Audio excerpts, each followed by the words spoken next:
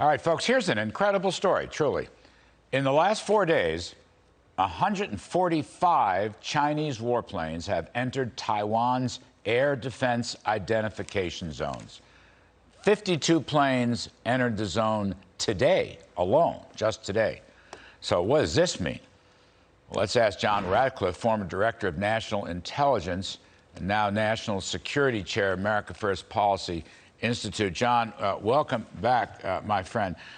This is an incredible story. And in your judgment, what does it mean? What's the key point here?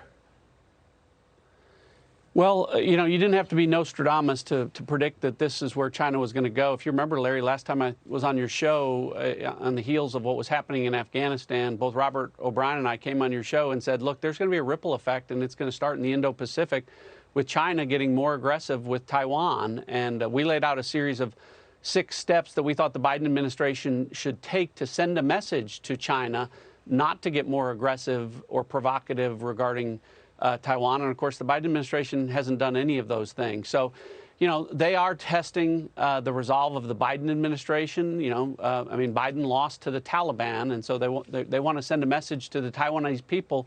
What is this administration going to do to stand up to you? And as you pointed out, Larry, these are unprecedented numbers, these sorties, and it's not just fighter jets. I think what's significant here you need to know is more bombers have flown into the air defense identification zone than we've ever seen before, with frequency that we've never seen before. And of course, that would be the prelude to, a conflict that then would lead to an amphibious assault on Taiwan. And so, I think that's what China is doing. They're sending a message. They're testing this administration. They're letting the people of Taiwan know that one way or another, by force or otherwise, they have every intention to unify Taiwan into mainland China. And, to that point, Larry, I think, there's this unfortunate combination that China now has that they've never had before. They are in a better position if they were to choose to invade Taiwan than they've ever been. And I think that dangerous combination is this. For the first time, they have a naval fleet capable of an amphibious assault that they think would be successful. They, for the first time, now have the largest navy in the world. China does. But you couple that now with an American president who hasn't shown the resolve to back our allies. And the most recent, failure in that regard is, of course, Afghanistan. And so, when they have that combination of, the military might along with, a president they view either as, incompetent at best or cowardly at worst, that's a dangerous combination. Well, John, let me just add a couple quick things. Air defense identification zone. What does that mean? So that's a larger area, and it's a good question, Larry, because it's the area over which the Taiwanese government expects aircraft to identify themselves and say what the purpose is that they are approaching the island of Taiwan. That is different from Taiwan's sovereign airspace, which is only a much smaller area within that, which is only 12 nautical miles. So the reason it's important, Larry, is this first test, the Biden administration's response has been to send China essentially some strongly worded letters saying, boy, this is provocative and you better stop this.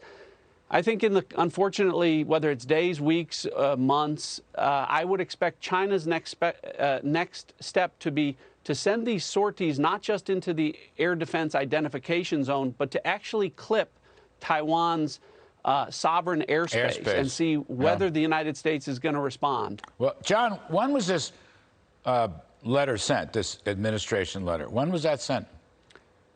Well, they just responded, as they often do, with strongly worded language or stern language saying you better stop this. Today? Was it sent today? Which is the opposite of this was just in the past, in the past 48 hours in response, from the State Department. But Larry, letters and words are not how, for instance, you and President Trump would respond to China's, provocations. It would be tariffs. It would be sanctions. It would be telling our allies, for instance, with regard to 5G, it's us or them. Choose one of us. And strong actions are what is not happening from this administration. And until that happens, China's going to get more provocative. So is Russia. So is Iran. We all saw and predicted the ripple effect of what was going to happen in Afghanistan, and now you're seeing it come to fruition, unfortunately. Maybe last question, only a few seconds left, maybe unfair, but in your judgment, is China getting ready to invade Taiwan? Well, like I said, I think it's China's never been in a better position if they were to engage in that kind of an assault. They have a combination of factors that they haven't had before, and frankly, Larry, a lot of our adversaries around the world think that they have a 3-year clock to accomplish as much as they can until there's strong leadership in the White House, because they're clearly not seeing that right now. All right, more to be revealed. We hope you'll come back and help us on this incredible story. John Ratcliffe, former Director of National Intelligence. Appreciate it very, very much.